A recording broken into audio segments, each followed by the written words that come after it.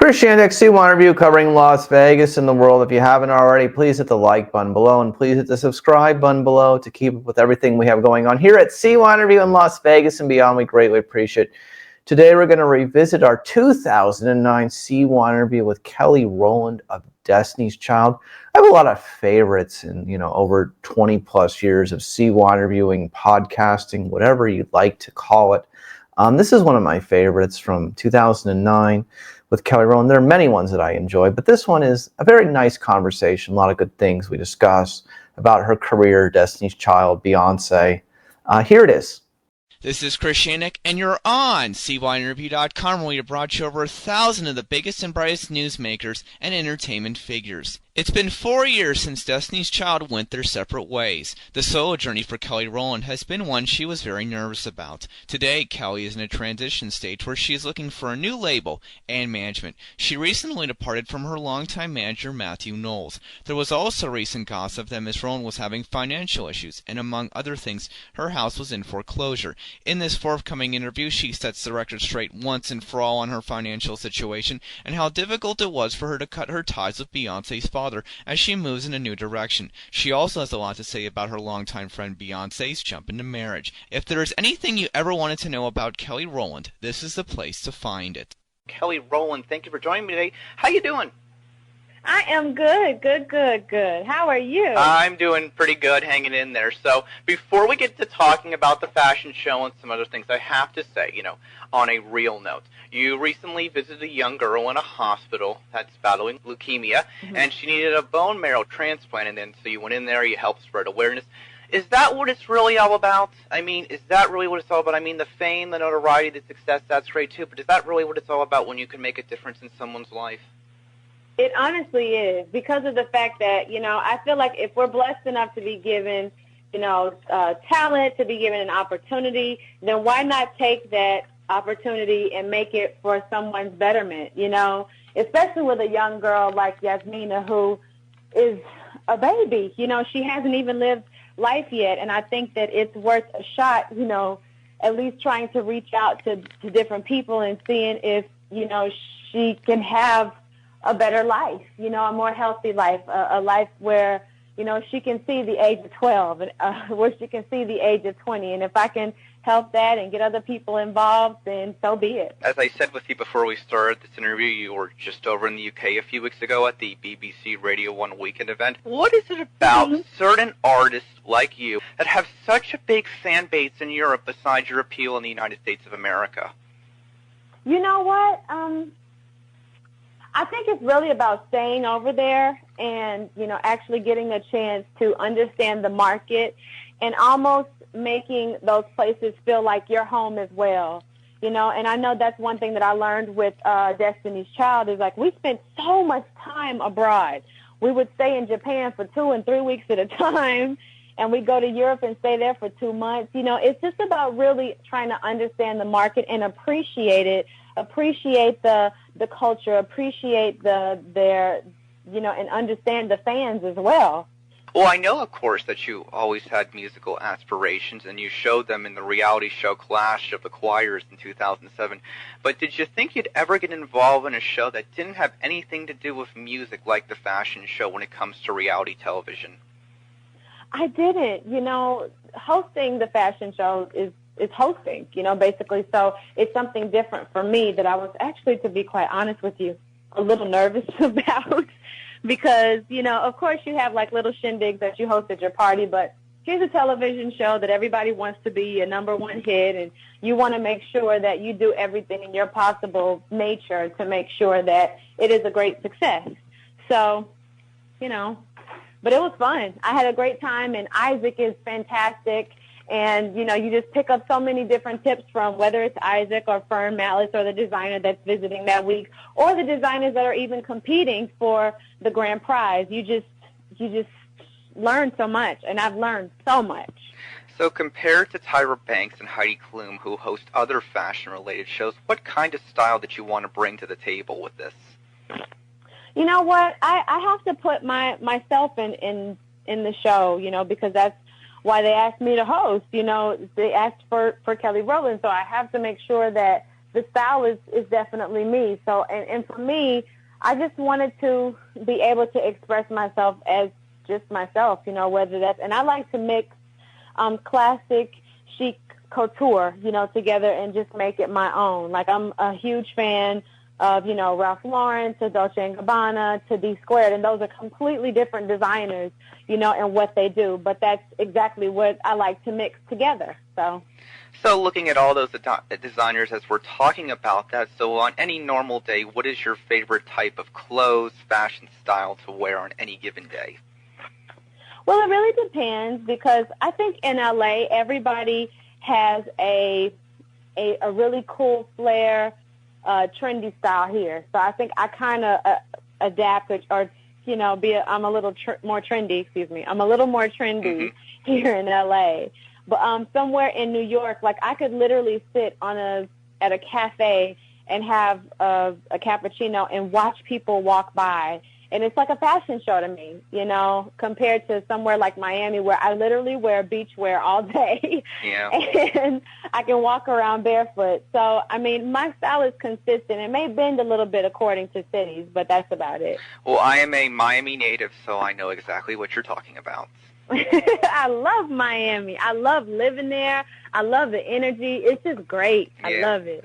Looking at, now, I have to say, you say you're nervous, but I have to ask it anyways because the world wants to ask everybody this question of the last year and a half. But looking at film music artists like Melanie Brown and Little Kim, would you ever consider doing something like Dancing with the Stars, I have to say? I don't know. I think that what they do is so much hard work, to be quite honest with you. And I don't know if I'd be ready for all of that. Like, to see Lil' Kim just completely just spin into shape, I'm just like, oh, she looks so fantastic. And Mel's body is sick. Like, these two women look fantastic. So if only just to get in shape rather quickly, I would do the show. Well, focusing back on Destiny's Child, you were there from the beginning, 15 years. You became one of the successful female groups of all time. You're now here. You're doing your solo thing. But as you were ready to go on fully to have an individual career, was there any part of you that was scared because you're like, now I've got to make my own decisions. I don't have to do this from a group situation. You know what I mean? Was there any nerves? Were you scared at all, or were you excited? How did it feel looking back on that? Oh, my God, I was so nervous. Just the fact that, you know, in Destiny's Child, Michelle, Beyonce, and myself made decisions together. Or if I didn't feel like I was strong enough to make a decision, you know, there was always Beyonce or Michelle to depend on. You know what I mean? So it was a little bit of a culture shock for me, to be completely honest with you. You know, when people are coming up to me and they're like, well, you know, do you like this picture better than that picture? I'm like, oh, well, it kind of looks the same. When, you know, maybe there's B, who's a little bit more meticulous about, you know, pictures and stuff like that, you know, as far as Destiny's Child was concerned. And she was just like, I like this picture because of such and such and such and such. And Michelle would listen to a song maybe better than I would and say, you know what, this is off. Make sure we go back and record this. And, you know, it was hard, you know, so I had to really whip into shape and kind of take on those great things that I love about them so much and respect about them so much and get down to business. But once you realize that it's your show and that, you know, you want it to be great and you're just standing by yourself, you have to make it great, plain and simple, because it's just you, and you want to be just as great as are those moments that you will have to be just as great as being in Destiny's Child. So you were really nervous. You were completely nervous. Completely nervous. Because in reality, you probably go from, well, if we're in a group, it could have been one thing or another. Maybe we just all didn't click together. But when it's just you, I guess you say to yourself, well, I only have me to blame myself. Am I right? If it doesn't go good. Right. Yeah. Exactly. With that being said, you've known Beyonce as long as anybody else, but does she still continue to surprise you every single day? Yes. It's so funny. Just, I think the most recent thing that has surprised me is just her, you know, falling into her wifehood. Because I'm so proud of her. Like, being a kid, I'm sorry, not being a kid, but growing up with her. Mm-hmm. As a kid, you know, I was always the one talking about marriage first, and she's like, I can wait, you know. and I'm just so happy that, you know, God has blessed her with such a great man, not just a great husband. I know that Jay is a great husband, and I know that he'll be a great father when they, you know, choose to have children, but he's just a great man. And, you know, that falls under every category, you know, that they'll experience together, you know, being the head of the household and, you know, her being the wife now. She's a wife, you know, so she's not just a friend. She's like someone's wife. She has to go home to her husband, you know. Do you think so I'm really proud of her. So in some senses, maybe you're learning something about how you want to be when you're married, maybe, from her. Well, that'll be a while. my have the tables turned, and I'm the one that's a little slow as far as being a wife is concerned now. But definitely. You've got plenty of time. You've got plenty of yeah, time. You've got plenty of time. How does she keep her life so private? That's the question that I'm always curious about with her, because she handles it so well. I mean, all of these other couples are so conflicted and so in Hollywood with their personal lives coming into their professional lives, but she just keeps it so quiet. Everything is so easily separated. How does she do it? Yeah, I think that it's about having boundaries. And, you know, it's so funny because people are intrigued by that, and they're also, like, wondering, like, really, no, what happens? You know, people are always intrigued by, you know, what's actually behind closed doors or what's next to, you know, Beyonce that is Sasha on stage. Like, people want to know more about who that person is that's behind, you know, their doors at home. But I think that she does a fantastic job at keeping that separate, and people just respecting her for the talent, which I think is the most important thing, because I think that nowadays we are often sidetracked by what somebody got popular doing, you know, with all due respect to what they do, but it should be about the talent, you know. I think that I respect someone like a Tina Fey for what she's done, you know, and being a female and producing shows and being a wife and being like a mother, but that's all you know. You don't know anything else about her because you respect her talent first. The same thing with B.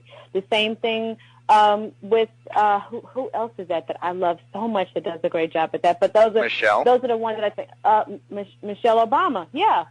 I was actually thinking of your group mate Michelle Williams, but we can call Michelle. Okay, I'm sorry. Yeah. Yeah, but I mean, but like she doesn't like Michelle. Michelle does a great job at that too. You know, we don't like to go into great detail. Like Matthew Knowles was a great manager, or is a great manager for Destiny's Child, in the fact that, you know, he wanted to make sure that people knew to respect our talent first. He says all those things aren't as important, you know, because they don't make you popular, do they? Or they shouldn't make you popular. People should be able to respect you for your talent. That's like that Boyle. What's the lady, Susan Boyle? Susan Boyle from exactly, the Americans, from the London's Got Talent over in Europe. Yes. Exactly. Who gives a crap about what this woman has on? Did you hear her sing? Yeah, you understand what I'm saying? It was the moment in time, Kelly, where superficialness was thrown out the door and bona fide talent conquered all. And that's the way it should be. Absolutely. So I have to say, as you were talking about this, my curious question is, you know, I do a lot of research for all my interviews, and I give the celebrities a chance to tell it how it is. So, you know, you spent almost 2 decades with Matthew Knowles, and then you guys departed recently, so he's no longer managing you. So was it just like you wanted to go in a different direction, or was it just you guys did everything you possibly could with each other?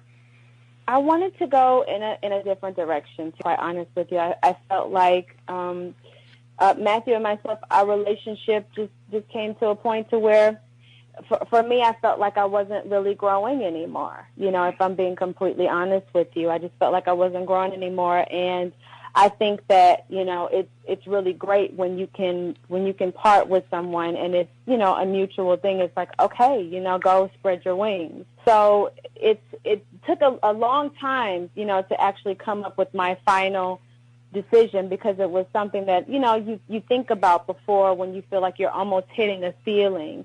And I wanted a change. I needed a change. So that's what happened. And he's been supportive, and Beyonce's been supportive. Michelle has been supportive. Tina has been supportive, who I call my Mama T. Solange has been supportive. Everybody's been really great. How's Michelle Williams doing? We don't hear much about her. I'm guessing you guys stay in touch. Oh, of course we do. I just spoke to Michelle earlier this week. I actually called her this evening so we can have a chit-chatter.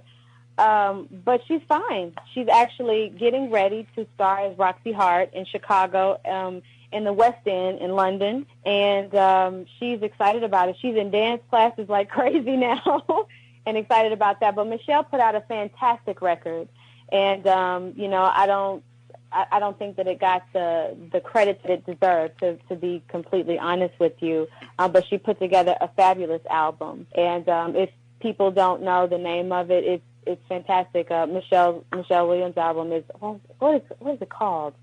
I'm just thinking about my favorite song on there, which is Hella Heartbreak. I'll do and the greatest and everything. She put together such a fantastic album. I will do the research when we get off this phone, and I'll make sure to note that in the transcript. And I appreciate it. Thank you. Absolutely, Kelly. Absolutely. I really, I appreciate your time today. There's not many people who are so candid and as an open book as you. So, one other question. So many negative things on the internet. So many rumors are printed as facts these days. Sometimes we can't, see what's real and what's not. So there were some positive and negative reports about you selling your house in Miami. How's it going? Mm-hmm. How's it going? You know what's funny? For a while I wanted to sell my house. I felt like it was a huge space for me, and for just me, because I'm just a single gal out here. But it's a nice city to be in. It's a nice city to be in, being a single gal. Yeah. Yeah, no, it really is. But I took it off the market because I'm just like, why do I want to sell this space? I'll just continue to grow in it, eventually. So I'm just switching around rooms, making an office out of one, and, my godkid's room out of another. So, yes, it was on the market, but I did take it down because I changed my mind. And it's just as simple as that. And it's just so funny because, I remember the day that a girlfriend of mine called me and she says, is your house in foreclosure? And I was like, no, it's not in foreclosure. And it's the truth. There's no reason for me to lie about that. We are living in difficult times, but I'm so blessed that, and I truly believe in God, and I truly believe that, He's made different opportunities for me to be able, of course, to pay my bills, and I'm good. So let's clear this up once and for all. Kelly Rowland is financially stable. She is not in foreclosure, and anyone who says so is totally wrong 100%, correct? Yes. Yes, that is correct. And you know what's funny is the fact that when my girlfriend told me that, of course, it's upsetting and it's really ridiculous that people would actually want to put someone's business like that on Front Street when you have to sit back and think about if that were you. And it's the sad part about now time in the media and hype and all this other stuff is like things like that get reported to the news. It's not, how great was a record or how whatever it was. It's things like that, or, what sex tape was out, or who did this, or who had sex this week, or whatever it might be. It's just ridiculous, and what kind of things make the news. So I think that people should find themselves being entertained by something that's worth being entertained by. Oh, Kelly, while we're sitting here and while we're wrapping up this conversation, before I ask you a few last questions, anything you want to get off your chest? I'm giving you an open forum right here. We've had a candid conversation. Is there anything else you wanted to say about anything? No, that's about it. Those are the things? Okay. So let me ask you then, going forward, what else is coming up for you besides the fashion show right now, which is on Bravo Thursdays at 10? What else is going on? Anything else you'd like to do in the future? Anything else you're working on? Yes. Well, in this transitional period that I'm going through, with labels and with management. Reinventing yourself. Yes, exactly. Reinventing myself. I'm definitely, this year I plan on producing more TV. I want to produce a TV show. Like I have different ideas for a TV show this year that I'll be pitching. Also starting an organization for young girls called I Heart My Girlfriends, I'm so excited about, which basically will be an organization for young girls to, basically gather amongst each other, talk about different things, and for... You okay? Yeah. Bless you. Bless you, Miss Rowland. Go ahead. Thank you. But basically, to allow them an outlet to be able to talk and to, ask questions, like everyday questions about different things that might be on their chest, So I'm excited about that. What else? Putting together another record above anything, because I have a single out right now. Actually, I'm featured on this artist. He's a French artist. His name is David Guetta. Yeah. And he is so talented, and we actually did a song together called When Love Takes Over. If you haven't heard it, you must hear it. It's fantastic. And we just shot the video for it this past week, and I'm excited. I think that it's nowhere else to go but up from here, and we're just constantly keeping this train moving, man. Yeah. Yeah. Well, in closing, Miss Rowland, is there anything else you'd like to add as we close up this interview? And, of course, hang on with me on the line, ladies and gentlemen. This is a truly wonderful individual that speaks her mind and says it like it is. Thank you. I'm good. I think that this was a great interview, and I love your energy, and I thank you so much for being understanding of my tardiness. No problem. And this won't happen again. And I know that if I need something to completely be cleared up, I can call you. You do it in a classy way. Closing, I guess this is the question I'd like to just ask again. So, Kelly's enjoying her life. She's enjoying her independence. She might get married, but it's not happening anywhere in the near future, ladies and gentlemen. Is that correct? That is, well, I mean, if the Prince Charming comes along, then so be it. For CYInterview.com, I'm Chris Yandek.